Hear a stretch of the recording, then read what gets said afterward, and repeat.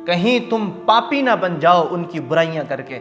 लिहाजा कुरान के ख़िलाफ़ उंगली उठाना बंद करो, हुजूर के ख़िलाफ़ उंगली उठाना बंद करो।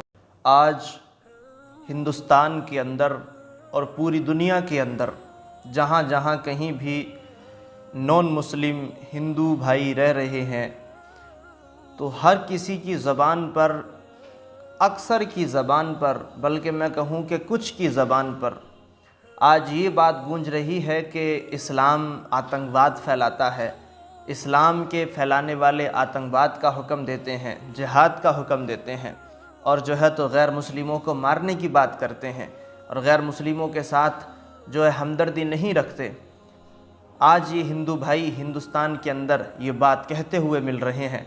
अरे तुम्हें क्या मालूम, जिन कुरान पाक की आयत पर तुम एतराज़ कर रहे हो, अभी तुम्हें उसकी जड़ और उसका सिरा ही नहीं मालूम। नबी पाक सल्लल्लाहु अलैहि वसल्लम की जब आप हिस्ट्री पढ़ेंगे, ये बताओ कि हुजूर से ज़्यादा, पैगंबर मोहम्मद सल्लल्लाहु अलैहि वसल्लम से ज़्यादा कुरान पाक को जानने वाला कौन हो सकता है? कुरान पाक को मानने वाला उनसे ज़्यादा कौन हो सकता है? सरकार सल्लल्लाहु अलैहि वसल्लम की हिस्ट्री, मक्का के अंदर एक औरत थी, एक खातून थी जो ईमान नहीं लाई थी, गैर मुस्लिम थी, नॉन मुस्लिम थी। वो बहुत ज़्यादा गरीब थी, उनके जिस्म पर पहनने के लिए कपड़ा भी मौजूद नहीं था। तो उनका एक साहबजादा था, उसने कहा कि मेरी माँ, मैं अपने चाचा से कपड़ा लेने के लिए जाता हूँ कि वह आपको कपड़ा दे दें। माँ ने कहा बेटा, उनसे तो हमारी पहले से ही लड़ाई चलती है, उनके पास कपड़ा लेने मत जाओ। तो बेटे ने फिर भी नहीं माना और अपने चाचा के पास पहुँचा। चाचा से कहा कि चाचा, माँ के पास कपड़ा नहीं है, मेरी माँ कपड़े से मोहताज है, उसके पास कपड़े नहीं हैं, आप हमें कपड़े दे दें। तो चाचा की पहले से ही लड़ाई चल रही थी, उस चाचा ने जो है तो अपनी भाभी के लिए कपड़ा नहीं दिया और उस अपने भतीजे को डांट करके भगा दिया। वो लड़का वहाँ पर खड़े होकर के रोने लगा। तो एक शख्स वहाँ से गुज़र रहे थे, उन्होंने पूछा कि बेटा तू क्यों रोता है? तो उसने कहा कि मैं इसलिए रोता हूँ कि मेरी माँ के पास कपड़ा नहीं है और मेरी माँ के लिए कपड़ा मेरे चाचा ने नहीं दिया, अब मैं कहाँ से कपड़ा लेकर के आऊँ? तो उन साहब ने कहा तो फ़िक्र ना कर, एक काम कर, तू मस्जिद नबवी शरीफ के अंदर चला जा, वहाँ पर मोहम्मद नाम के एक शख्स बैठे होंगे और तू उनसे जाकर के मुलाकात कर ले, उनसे जाकर के मिल ले, यकीनन वो तुझे कपड़ा दे देंगे। तो वो लड़का फ़ौरन अपनी माँ के पास आया और कहा कि मेरी माँ, मैं जो है मुसलमानों के नबी पैगंबर मोहम्मद सल्लल्लाहु अलैहि वसल्लम के पास जाता हूँ और मैं उनसे कपड़ा लेकर के आता हूँ, सुना है कि वो बहुत ज़्यादा तकसीम करने वाले हैं। तो माँ ने कहा नहीं बेटा, वहाँ नहीं जाना, जो भी उनके पास जाता है वो मुसलमान ही बन जाता है, हमारा धर्म वो छीन लेते हैं, सबको मुसलमान बना लेते हैं। इस तरह की जो है मानसिकता उस औरत के अंदर भी मौजूद थी। जो आज के वक्त कम समझ लोगों के अंदर जो ये मानसिकता पैदा हो रही है, यही मानसिकता उस औरत के अंदर भी थी, यही सोच उसके अंदर भी थी। तो वो उसके लड़के ने कहा कि नहीं, मैं जाऊंगा और माँ मैं वादा करता हूँ मैं अपना धर्म तब्दील नहीं करूँगा, अपना दीन नहीं बदलूँगा। वो लड़का जब मस्जिद नबवी शरीफ के करीब आया, ताजदार रिसालत रहीम व करीम नबी सल्लल्लाहु अलैहि वसल्लम के पास जब वो आया तो उसने कहा कि या मोहम्मद सल्लल्लाहु अलैहि वसल्लम, मेरी आपसे एक दरख्वास्त है और एक गुजारिश है, कुछ अर्ज़ करना चाहता हूँ, कुछ आपसे चाहिए, लेकिन पहली शर्त यह है कि मैं मुसलमान नहीं बनूंगा, मैं ईमान नहीं लाऊंगा। तो हुजूर ने मुस्कुराने लगे। सरकार ने इरशाद फरमाया, बताओ तुम्हारी क्या मांग है, क्या चाहते हो, क्या चाहिए? तुम मुसलमान मत बनना, लेकिन ये बताओ कि तुम्हें ज़रूरत किस चीज़ की है? तो उस लड़के ने कहा कि मेरी माँ के जिस्म पर लिबास नहीं है, मेरी माँ के पास एक ही लिबास है और वो पुराना लिबास हो गया है, आप कोई कपड़ा इनायत कर दें। तो ये रहीम व करीम नबी हैं सल्लल्लाहु अलैहि वसल्लम, जिनके ऊपर आज तुम लोग उंगलियां उठा रहे हो कि पैगंबर मोहम्मद सल्लल्लाहु अलैहि वसल्लम ने जो है तो इंसाफ नहीं किया। ऐसा तो हो ही नहीं सकता कि वो रहम ना करें। अल्लाह के बाद दुनिया में सबसे ज़्यादा अगर कोई रहम करता है तो वो हुज़ूर पाक सल्लल्लाहु अलैहि वसल्लम की ज़ात है। सरकार ने ये नहीं कहा कि तुझे पहले ईमान लाना है, पैगंबर मोहम्मद ने ये नहीं कहा कि तू पहले ही ईमान की शर्त रख रहा है तो हम तुझे कैसे लिबास दे दें, हम तो उसी को देंगे जो मुसलमान होगा। नहीं, सरकार के जिस्म की चादर पड़ी थी, वो कपड़े की चादर। सरकार सल्लल्लाहु अलैहि वसल्लम ने, पैगम्बर मोहम्मद ने वो अपने ऊपर से चादर उतारी और वो उस लड़के के कांधों पर डाल दी और आपने फरमाया कि बेटा जा और अपनी माँ को ये चादर इनायत कर दे। जब वो लड़का अपने घर आया, कहा कि माँ देखो, मैंने अपना दीन भी नहीं बदला, अपना धर्म भी तब्दील नहीं किया, और देखो मैं कपड़ा भी ले आया, चादर भी ले आया। तो उसकी माँ ने कहा, बेटा तूने उनसे शर्त रखी थी कि मैं दीन नहीं बदलूंगा, कहा मैंने पहले कह दिया था कि मैं दीन नहीं बदलूंगा। तो उसकी माँ ने कहा कि बेटा आज मैं समझ गई कि वो जो मुसलमानों का पैगंबर मोहम्मद है सल्लल्लाहु अलैहि वसल्लम, यकीनन वो बहुत रहीम व करीम है, हकीकत में वो अल्लाह के नबी हैं। जो शख्स हमारे लिए इतना रहम करता है तो मेरे बेटे अब हमें उनका दीन भी मान लेना चाहिए।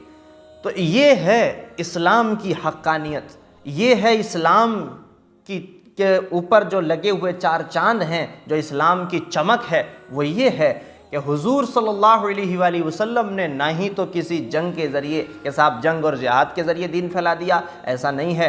वो जो आपके अंदर खूबियाँ, जो आपके अंदर कमालात थे, जो आपके अंदर दूसरों के साथ हमदर्दी करने का जो एक सरकार के अंदर तखल्लुस मौजूद था, ऐसा ना आज तक किसी में पैदा हुआ और ना क़यामत तक किसी के अंदर पैदा हो सकता है। ये सरकार सल्लल्लाहु अलैहि वसल्लम ने उस शख्स को चादर दी, उससे ये तो नहीं कहा कि तुझे पहले मुसलमान बनना है। अब ये मुझे हिंदुस्तान के लोग, ये जो वसीम रिजवी नाम के जैसे और जो है सुदर्शन चैनल वाले जैसे, ये जो बैठ जाते हैं और दीगर और भी इनके हवारियीन बैठ जाते हैं और कहते हैं कि पैगंबर मोहम्मद ने तो जो है जिहाद का हुक्म दिया है, पैगंबर मोहम्मद ने तो जो है हिंदुओं के ऊपर जुल्म करने का हुक्म दिया है।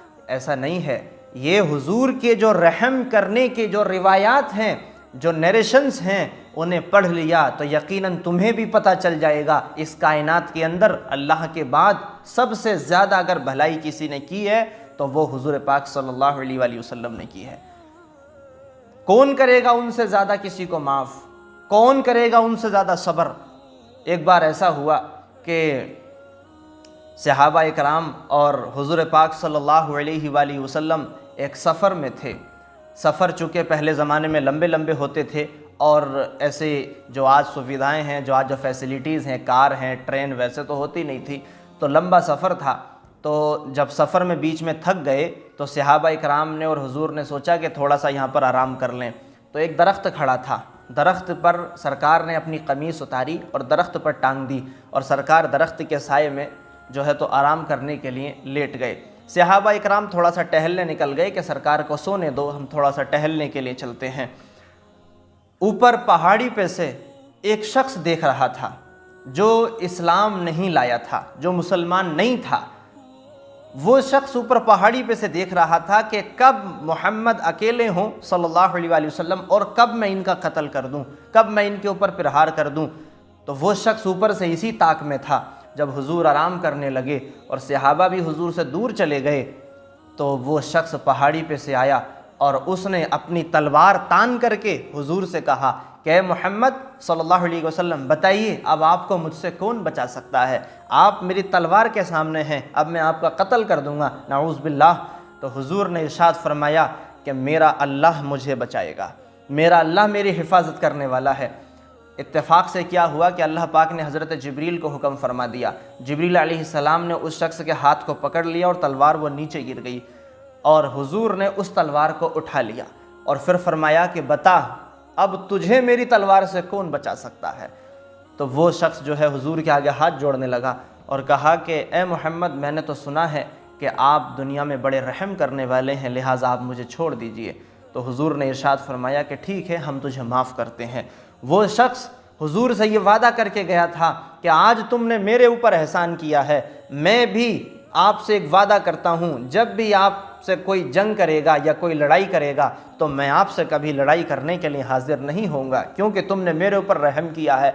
तो वो शख्स फिर अपनी कौम में गया, उन लोगों में गया कि जो ईमान नहीं लाए थे, जो इस्लाम कबूल जिन्होंने किया ही नहीं, उन लोगों में वो शख्स गया और उसने कहा कि लोगों, आज मैं ऐसे महान, ऐसे रहीम व करीम इंसान के पास से आ रहा हूँ जो पूरे अरब में सबसे बेहतर है। बताओ, अगर हम किसी आदमी के सामने हथियार तान लें, उसे मारने के लिए चले जाएं और फिर उसे भी दाव लग जाए, तो क्या वो हमें छोड़ेगा? कभी नहीं छोड़ेगा। ये तो सिर्फ हुजूर सल्लल्लाहु अलैहि वसल्लम की ज़ात है और हुजूर के ग़ुलामों की ज़ात है कि सरकार सल्लल्लाहु अलैहि वसल्लम के ऊपर हमला करने आने वाला इंसान जब हुजूर उसे माफ़ कर सकते हैं, तो ये बताओ कि बेवजह इस्लाम जिहाद का हुक्म कैसे दे सकता है? तो ये भी तो तुम लोगों को समझना चाहिए। जो आज तुमने इस्लाम के ख़िलाफ़ पूरे भारत में जो है हाहाकार मचा रखा है कि इस्लाम जिहाद का हुक्म करता है, जिहाद का ऐलान करता है। अल्लाह अकबर। सही से पढ़ लो, पैगंबर मोहम्मद सल्लल्लाहु अलैहि वसल्लम की हिस्ट्री को सही से जान लो, सही से पढ़ लो। कहीं ऐसा ना हो कि तुम दुनिया में रहकर उनकी बुराइयां करके कहीं पापों को अपने इस जिस्म में पैवस्त ना, कहीं तुम पापी ना बन जाओ उनकी बुराइयां करके। लिहाजा कुरान के ख़िलाफ़ उंगली उठाना बंद करो, हुजूर के ख़िलाफ़ उंगली उठाना बंद करो, उनकी तारीख़ पढ़ो, उनकी हिस्ट्री पढ़ो कि उन्होंने